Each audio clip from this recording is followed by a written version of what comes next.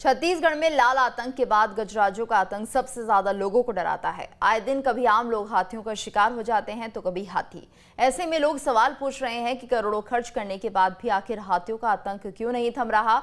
Lemru elephant reserve अभी तक कागजों से जमीन पर क्यों नहीं उतर पाया, देखिए रिपोर्ट। छत्तीसगढ़ में गजराजों की चहलकदमी से एक बार फिर ग्रामीण इलाकों में रहने वाले लोगों में दहशत है। अब गरियाबंद में ओडिशा से आए हाथियों के दल ने डेरा डाल दिया है, जिससे स्थानीय लोगों में खौफ है। दरअसल इस खौफ की वजह भी है क्योंकि छत्तीसगढ़ में या तो लोगों को हाथी मार देते हैं या फिर लोग हाथियों को मार देते हैं। अब सवाल उठता है कि आखिर बार बार गजराज इंसानी बस्तियों में घुसते क्यों, कौन इन्हें इसके लिए मजबूर कर रहा है। तो दरअसल छत्तीसगढ़ के सरगुजा, जशपुर और कोरबा में हाथियों का निवास है। महासमुंद, धमतरी और गरियाबंद जिले में हाथियों का झुंड ओडिशा से आता है। इस झुंड के हाथी भटक कर कभी कभार राजधानी रायपुर की सीमा में आ जाते हैं। 41% से अधिक वन क्षेत्र वाले सरगुजा, जशपुर और कोरबा जिले में घने जंगल है। सरगुजा, जशपुर और कोरबा के इन्हीं इलाकों में कोयला की खदानें भी हैं। खदानों के कारण जंगल कट रहे हैं और हाथियों के लिए भोजन कम पड़ रहे हैं। एक वयस्क हाथी रोजाना 300 से 400 किलो तक फल, पत्ते और दूसरी चीजें खाता है। वयस्क हाथी को एक दिन में करीब 150 लीटर पानी की भी जरूरत होती है। इस कारण हाथी ऐसी जगह की तलाश करते हैं जहां उन्हें पर्याप्त मात्रा में भोजन पानी मिल सके। छत्तीसगढ़ में लाल आतंक के बाद अगर दूसरा कोई आतंक है तो वो है गजराजों का। जानकारी के मुताबिक छत्तीसगढ़ में पिछले 3 साल में भटकते हाथियों ने 200 से ज्यादा लोगों को मार दिया। छत्तीसगढ़ के जंगलों में हाथियों के लिए खाने पीने की कमी हुई। जंगलों में बढ़ते मानव हस्तक्षेप से भी हाथियों की मुश्किलें बढ़ी।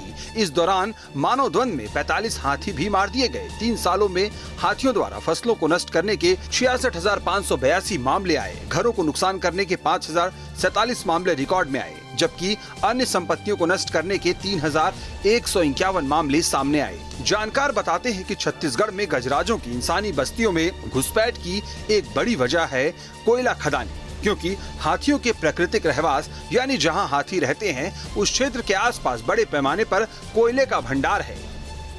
और यही वजह है कि छत्तीसगढ़ में अब तक हाथियों के लिए सुरक्षित कॉरिडोर या नए रिजर्व एरिया नहीं बनाए जा सके हैं। दरअसल हाथियों के संरक्षण के लिए 1992 में केंद्र सरकार ने हाथी परियोजना चलाई।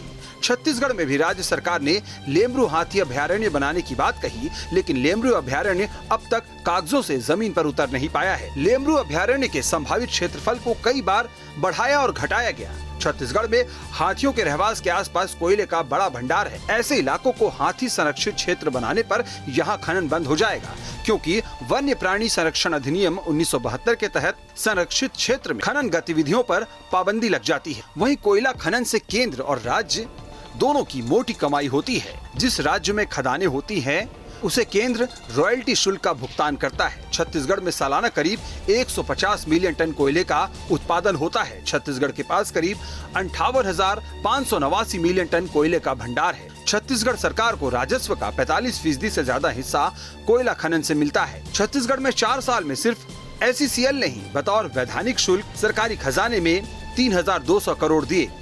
अगले 4 साल में SECL करीब 22,900 करोड़ छत्तीसगढ़ के खजाने में देगी। तो छत्तीसगढ़ में कोयले के अर्थशास्त्र और गज शास्त्र में करीबी कनेक्शन है। यही वजह है कि पिछले 20 सालों में हाथियों के मसले पर बीजेपी, कांग्रेस ने सियासत तो खूब की, लेकिन किसी ने इस दिशा में ठोस कदम नहीं उठाया। Team news state.